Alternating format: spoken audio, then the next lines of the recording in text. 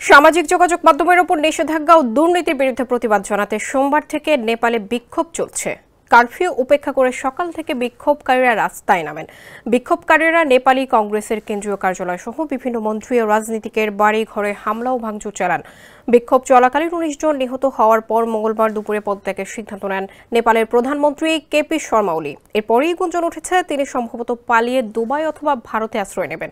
ভারতীয় সংবাদ মাধ্যম ইন্ডিয়া টুডের এক প্রতিবেদনে এ খবর জানানো হয়। প্রধানমন্ত্রী ওলি দেশ ছাড়তে পারেন। বিক্ষোভের মধ্যে ভারতের সঙ্গে সীমান্তে উচ্চ সতর্কতা জারি করা হয়েছে।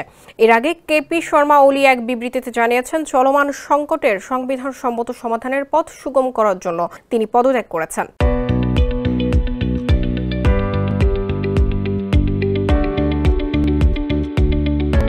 মঙ্গলবার ভোর থেকে রাজধানী কাঠমান্ডু সহ সারা নেপালে বিক্ষোভ অব্যাহত ছিল। এ সময় উত্তেজিত জনতা একাধিক প্রভাবশালী নেতার বাসভবনে হামলা ও ভাঙচুর চালায়।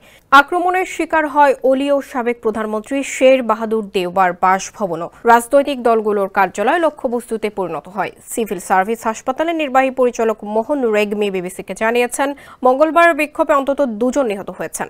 হাসপাতালে চিকিৎসাধীন আছেন আরও ৯০ জন।